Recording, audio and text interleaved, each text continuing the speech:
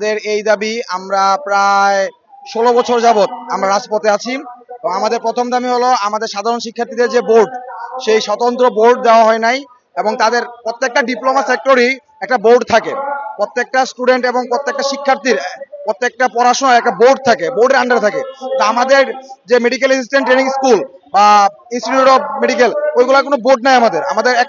আমাদের সেক্টরে কোনো বোর্ড নেই। বোর্ডের জন্য সাধারণ শিক্ষার্থীরা আন্দোলনে নেমেছে এবং তারা বোর্ড চাচ্ছে। এই বোর্ডটা আজ থেকে না, আমাদের কখনোই কোনো বোর্ড ছিল না। স্বতন্ত্র বোর্ডের অভাবে আমাদের বিভিন্ন দাবি, বিভিন্ন আমাদের সুযোগ সুবিধা থেকে আমরা বঞ্চিত হইতেছি। দাবি মেনে নেওয়া হচ্ছে না, এটার বিভিন্ন কারণ থাকতে পারে। প্রধান কারণ হচ্ছে গিয়ে আমাদের যারা ঊর্ধ্বতন কর্মকর্তা, আমাদের বোর্ডের কাজ হলো স্বাস্থ্য শিক্ষা অধিদপ্তরে, এবং স্বাস্থ্য শিক্ষা অধিদপ্তরে আমরা বিভিন্ন সময় বিভিন্ন কর্মসূচি পালন করেছি এবং 2023 সালে আমরা স্বাস্থ্য শিক্ষা অধিদপ্তরে আমরা অবস্থান কর্মসূচি করেছিলাম। রাতের আধারে আমাদের অসংখ্য শিক্ষার্থীদেরকে আহত করা হয়েছিল 2023 সালে।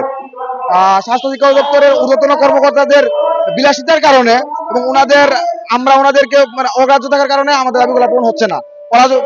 আমরা সবকিছু রেডি, শুধুমাত্র স্বাস্থ্য শিক্ষা অধিদপ্তর থেকে কাগজটা আমাদের অন্যান্য দপ্তরে যাবে, এই কাজটা ওনারা করতেছেন না। আমরা বিগত 16 বছরের মধ্যে আমরা কখনো আমরণ অনশনের ডাক দেই নাই, কিন্তু এইবারে আমরা প্রথম আমরণ অনশনের ডাক দিয়েছি। এবং যতদিন পর্যন্ত আমাদের এই বোর্ড, বিশেষ করে সাধারণ শিক্ষার্থীদের দাবি, আমাদের যে বোর্ডটা যদি না গ্রহণ, বোর্ড যদি ওরা আমাদেরকে না দেয়, তাহলে যতদিন পর্যন্ত বোর্ড না দিবে ততদিন পর্যন্ত আমরা এই জায়গায় আন্দোলন করব। বোর্ড শুধুমাত্র একদিনের কাজ। এই বোর্ডের সকল কাগজপত্র এবং আমাদের জন্য বাজেট থেকে শুরু করে সকল কিছু অনুদান দেওয়া আছে, শুধুমাত্র কাগজটা এক দপ্তর থেকে আরেক দপ্তরে পাঠাবে। এই কাজটা হলে আমাদের বোর্ড হয়ে যাবে।